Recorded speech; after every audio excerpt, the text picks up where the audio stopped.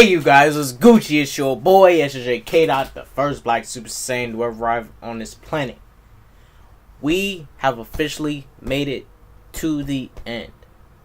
Bro, nothing's getting held back in this review of this film.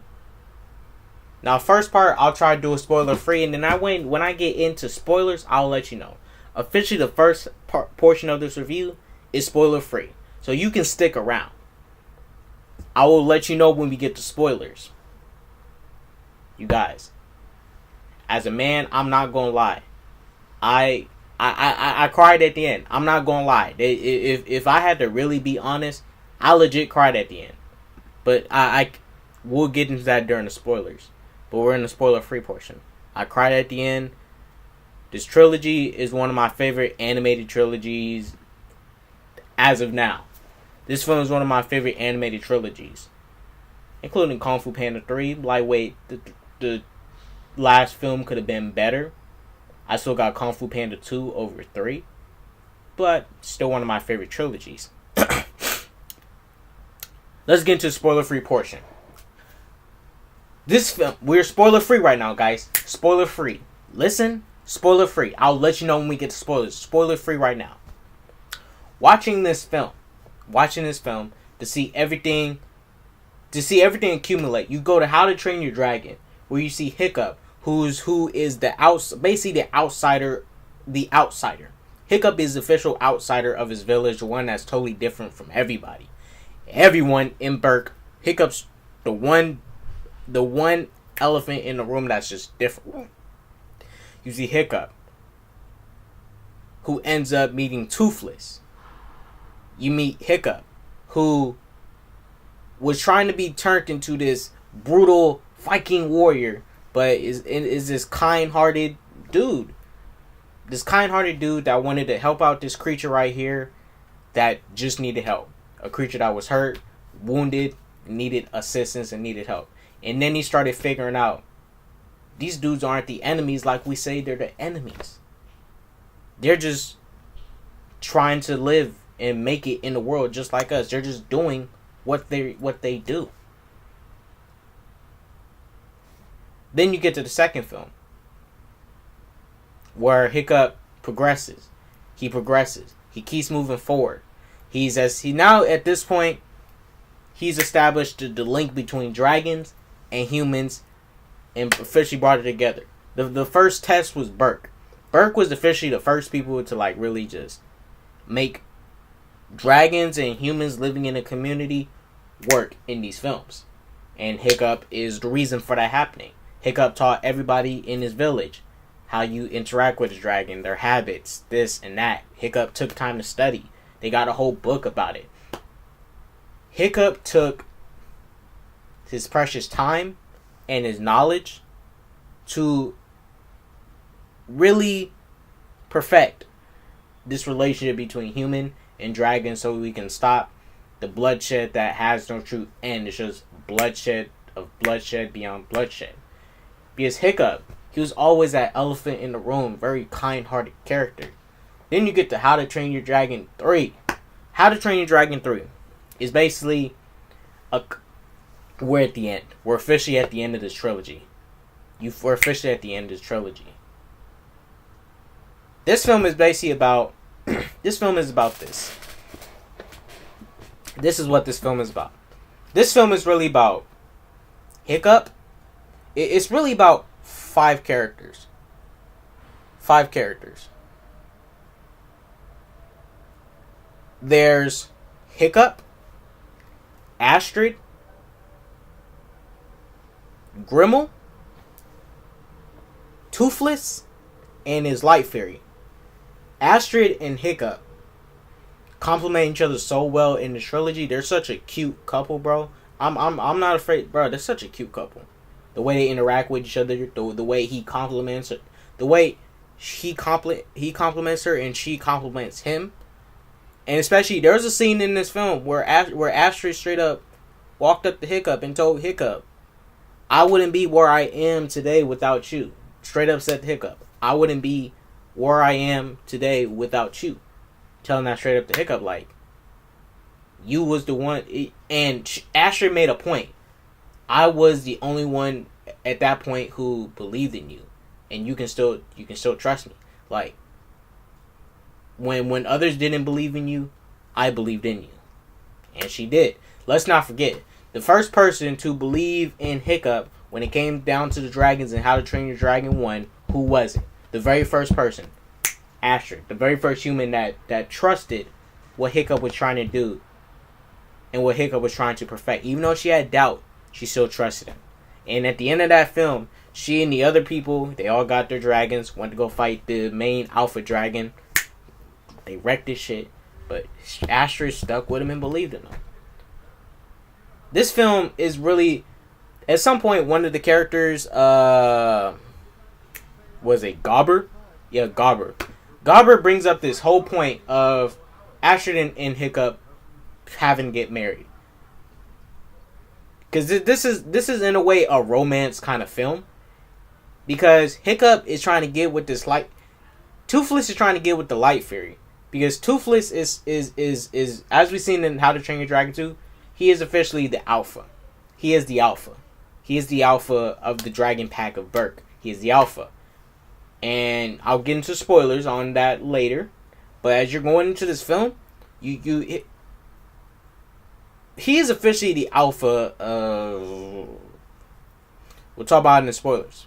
Just know Hiccup, Toothless is the alpha. He's the alpha of the dragons, of Berk, and many more dragons.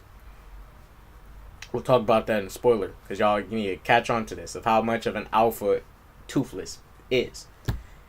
And you start to see a parallel. Hiccup and Toothless, they are legit royalty. They're both kings. They're both kings. In a way, you can say they're both brothers of a sort. It's not father and son. It's legit brothers. They're legit brothers that share similarities. They share the same needs, the same wants. Bruh. There's a point in this film. Y'all seen the trailer. It's not really a spoiler. It was in the trailer. Y'all remember that trailer where Toothless was dancing, trying to impress the Light Fairy? He's like, boy. Bruh, that shit was so funny and cute in the film. I was like, oh my gosh, what is this? It was so funny and cute. Bro, Hiccup legit came out the cuts. Was just like standing up top. Because the Light Fairy, she doesn't like people. She doesn't like humans and people like that. She gets very timid and she will book. So basically, in the trailer, Hiccup was over there doing some little dance moves and stuff, trying to make him do it, like trying to help him out, help him, like impress her. And fuck, I really just want to get into these spoilers, bro, because I gotta get deep with these spoilers. But overall for this film, I would say it's a nice, good love story for both Hiccup and Astrid, and the Toothless and the Light Fairy. Yes, the Light Fairy is a new addition, but still, you see it. Now, there's some points where I had issues with how Toothless got kind of clouded by the Light Fairy, but still, it happens. Toothless is not a human, so his emotions, as far as him being a dragon, totally different to that of a human. His mind is going to work different. So I can't really, he's not, they're human-like, but the animals in animations are so self-aware of what they're so self-aware. It's like they're people themselves. They're so self-aware of and knowledgeable of what they do.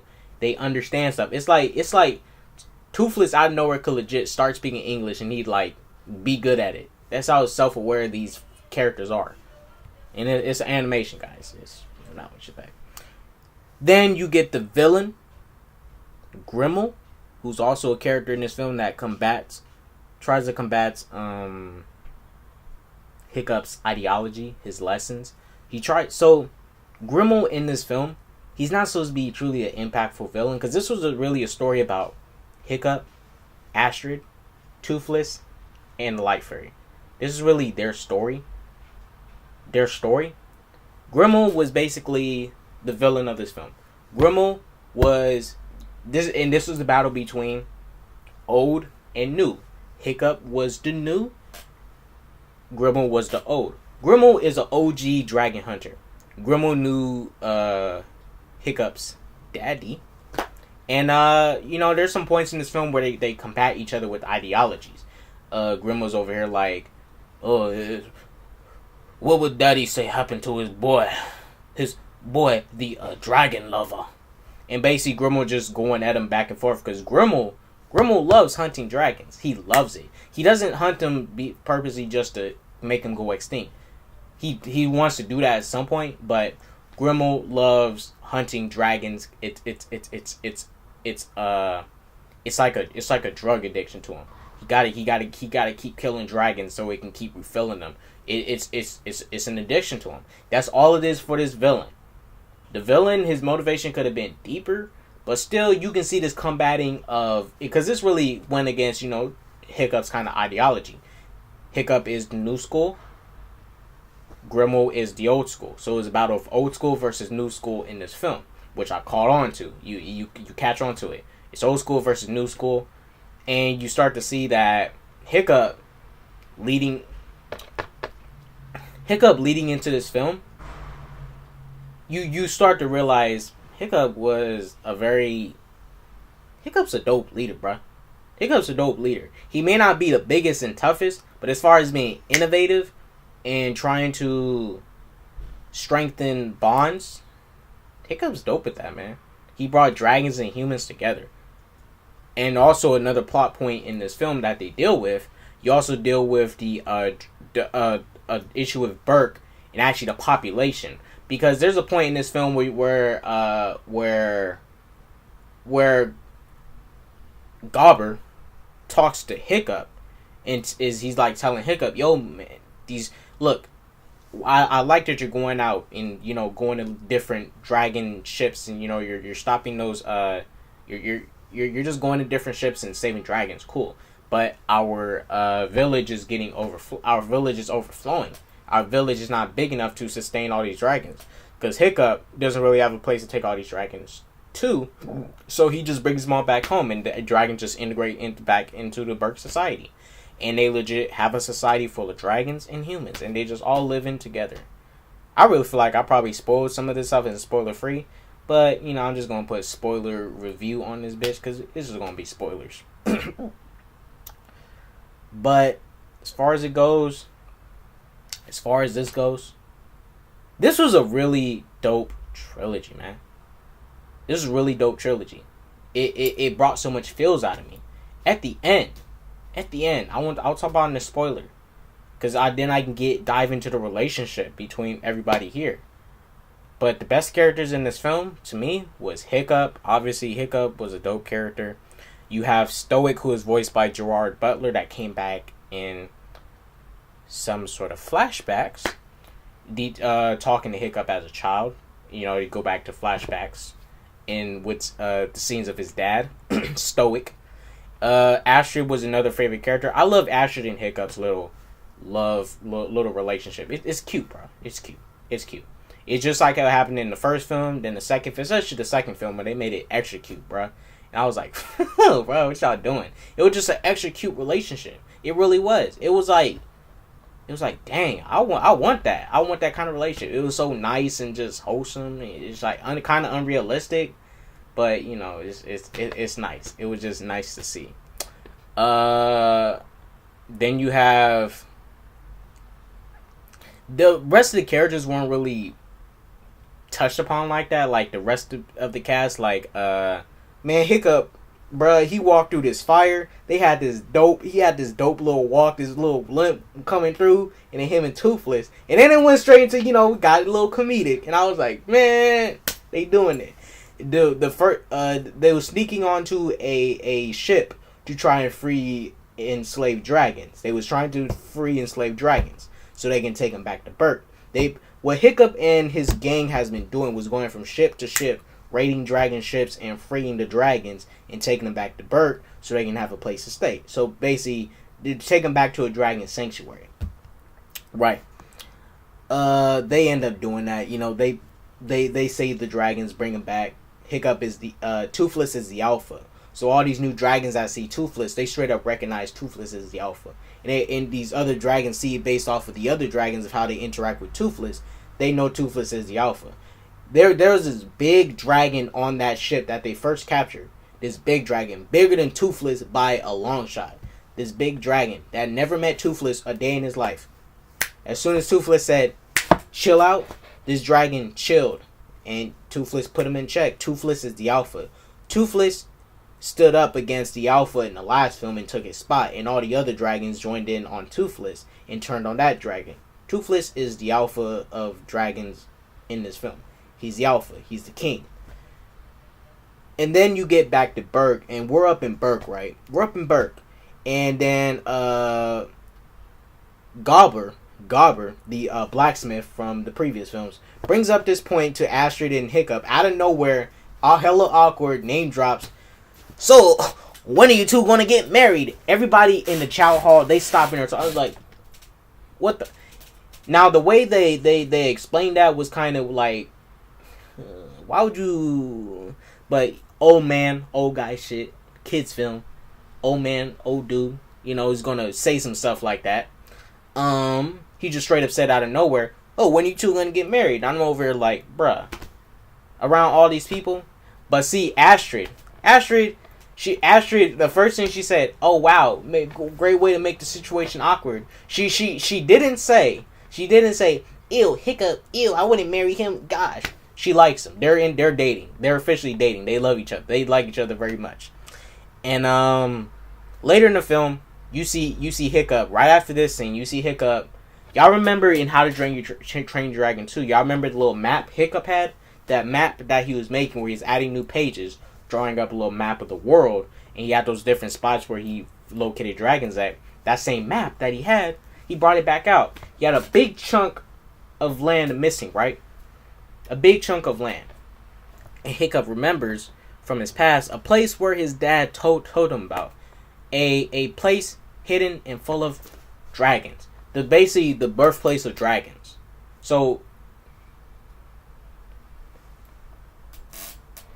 basically, Hiccup in this film was trying to find the birthplace of the dragons, to find a home for these dragons, and to also take the people of Berk to so they can live with the dragons, because the people of Berk are official dragon riders that became peaceful with dragons. Not the official first dragon riders, but the official peaceful ones. And basically, Hiccup wanted to take his people and their current dragons to the birthplace of the dragons so they can stay there. When I get deeper into the film, there's a reason they can't stay there. The torture and brutality. He doesn't control them through peaceful means. Grimold controls his dragons through torture, toxins, mind control, all that junk. He controls them through there. He doesn't control them through a mutual connection. He doesn't control them like that. And in a way, you know, you can say Hiccup doesn't control Toothless. They're just mutual friends that respect each other. That's the thing. Grimold and his dragons that he owns, they're slaves. The dragons that Hiccup and the people of Berk have, there's a respect. There's a respect there. And Grimold doesn't have that with his dragons. And Grimold isn't trying to long for it. Grimold's goal in this, he's not trying to get a dragon army. He's not trying to do that. Grimold's whole goal, he just wants to finish off the Night Fairies. He wants to kill them all like he wants to. He wants to kill off all the Night Fairies. Grimold just wants to kill them all, and that's it. He just wants to kill the Night Fairies. That's his goal in this movie. The only thing he really added in this film was that he brought the old school versus new school ideology in. Hiccup is the new school version. Hiccup was all about dragons and humans being in peace. Let's stop the fighting, stop the bloodshed, because at some point we're going to have to work together instead of work against each other. Grimold's all like, nah, dragons gotta go extinct. I'm the one here that's gonna kill them out. But I want to have a little fun with it. Grimold loves just killing dragons for the fun of it. Right. So the people of Berk are going to end up leaving because Grimold has Berk on his watch, because even Hiccup, Astrid, and a bunch of people of Berk start to talk and say, hey, we have too many dragons here. We're starting to become too noticeable in the world, and they are, because Hiccup is going out to do his raids, knocking down so many ships, taking back so many dragons. People are starting to catch on to it. In other countries, other nations throughout the world knew of Hiccup and his crew doing what they got to do. So basically, they had to relocate. They found a new location to stay at, right? They found a new location to stay at. But let me bring up the other thing with Grimmel. So in this film, the Light Fury, which is Toothless's girlfriend in this film, she was captured at the start of this film. You see her at the very beginning of the film. But she has the power to cloak herself. And basically, Toothless, for some reason, did not notice her or see her. And so basically, when they left the ship after they raided it, she was the only piece of cargo that was left on that ship, because they couldn't see her. I don't know why Toothless didn't track her or pinpoint her, but she was cloaked, so he couldn't really see her. So basically, Grimmel, as part of his hunting tactic, he sends the Light Fury. In order for Grimmel to be able to kill Toothless, and to also separate the Alpha from, he wants to separate the Alpha, which is Hiccup, from the people of Berk, because basically he has two jobs. Kill the Night Fury, which is Toothless, and to also bring back a group of dragons from Berk to these nations. So he has two jobs. So basically, this is what Grimmel wants to do. Grimmel sent the Light Fury to confuse Toothless, because Toothless is at a moment where he's in his mating season. Toothless sees these other dragons here getting together. Toothless is ready to settle down and have kids and stuff. You know, he's in heat. He wants to have babies and stuff. He wants to be with somebody. You know, Astrid and Hiccup are in talks of getting married and stuff. So everybody's in love. It's a season of love in this film. It's a season of love. Everybody's trying to get together. So basically, Grimmel's like, you know what? I'm going to throw this Night Fury off his game. He sends the Light Fury to go confuse Toothless and get him off his A game. So Grimmel can go in and do his little side thing, you know, try to throw Toothless off his end game. Because Toothless is the Alpha that controls all the dragons. He keeps them all in check. Like, nah, y'all fighting over here? Quit that. Toothless is the Alpha that keeps them in check. So he's trying to cause a little domestic... he's trying to cause domestic turmoil within the group. Trying to cause some domestic turmoil. And basically going through this film, you start to see Toothless wanting to break away from Hiccup in him. Because he's really infatuated with this female dragon.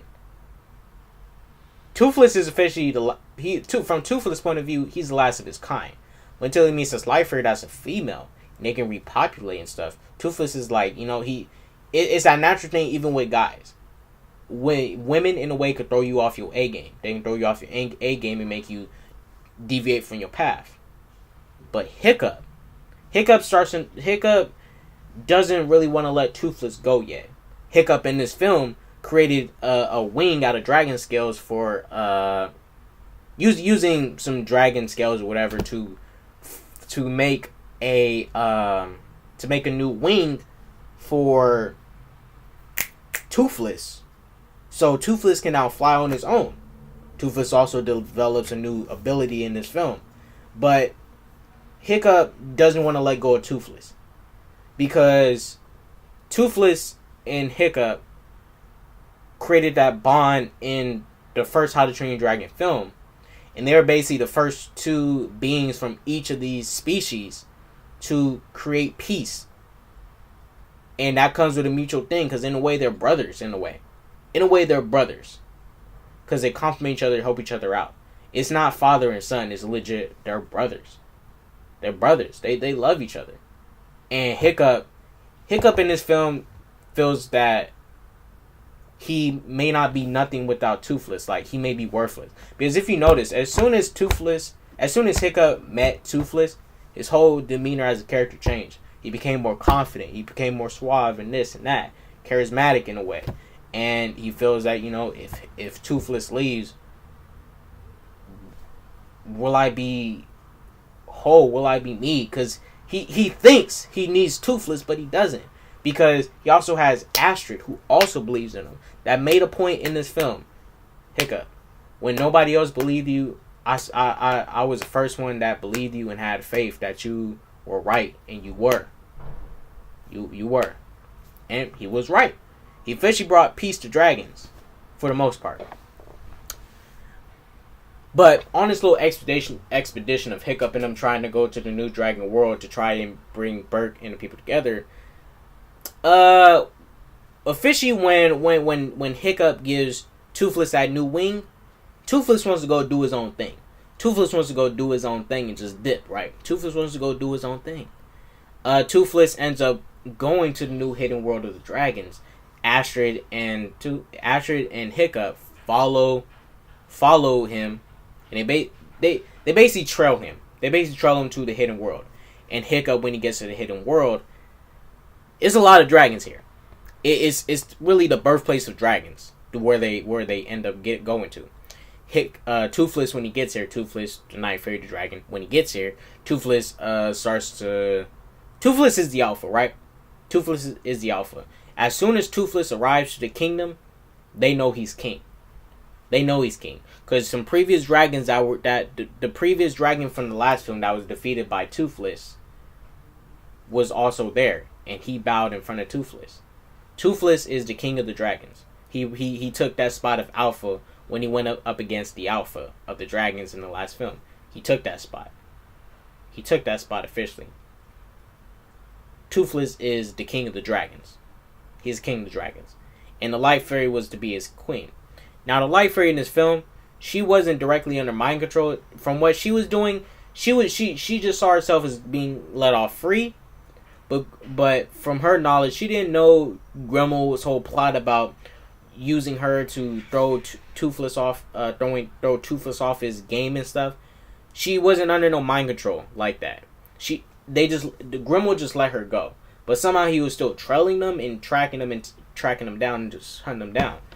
Basically, this female dragon, was making Toothless and Hiccup pull apart from each other, because this female dragon did not trust humans. She didn't like being in captivity. But you see later in this film, the Light Fairy ended up opening up to Toothless, opening up to Hiccup. She saved Hiccup from almost dying in this film. And then when you get to the end, bro, this is the part that really made me cry. They went straight back to the first film. They did the little hand touch on his head. Hiccup touched Toothless on the head, and he just let him know, like, it's time for you to go. Toothless took all the dragons in Berk, since he's the king, and he took his queen, the official queen, the Light Fairy, and they just said, we're gonna go split. Hiccup went his way with his kingdom, with his people that he had to take care of, and Hiccup was like, bud, you got your people, you're a king, you got your people to take care of, let's keep the peace, you go do you, I'll take care of everyone here, and we'll all try to move on together. Because Hiccup knew at a point that the dragons at some point had to go back into hiding, and they was going to wait until the world truly was ready for dragons. And this was going to be passed down to generations, that moving forward at some point, when the world's ready for dragons again, Hiccup and them will go and try to reestablish that connection. And you see at the end of this film, bro, Hiccup and Astrid had a kid. They had 2 kids. They had a daughter and a son. Bruh, this was the cutest thing ever, yo. I'm not gonna lie. Hiccup, Astrid, and her kids this one Hiccup had his beard and stuff, and he got older. This was near the end of the credits, right? Hiccup goes out to sea with his family, right? We don't know where he's going. I already knew this was going to happen. It was the setup, bro. Hiccup finds Toothless in them again, but this time Toothless and the Light Fairy, they got 3 kids. Toothless got 3 kids, bruh. That shit was so cute. It was so cute. It was just nice. Basically, everybody just came together, and they did the parallel from the first film. They did a parallel from the very first film. Again, where Toothless jumped onto the tip of the ship, and he looked at Hiccup. He kind of didn't recognize him, but he recognized him. He was looking at him a little bit fierce, like he was gonna bite his head off. And then Toothless recognized him. Hiccup walked up, touched him on the head, and this how you establish, man, these dudes are brothers and they just love each other. Hiccup didn't even have to touch Toothless on the head to have him remember him. Toothless saw his hand coming to him. Toothless just looked him up and down and just hugged him and stuff. And then Toothless saw Hiccup's kids, and then Hiccup invited his kids over. He told them, stick your palm out like this. Let him come to you. And they just and Toothless just came up to him. Boom, they all just like linked up, the whole family. And then they're all like flying around on dragons. They're just flying around. Hiccup is over here, has his son on Toothless. And they're just flying around. And then Astra's flying on her dragon.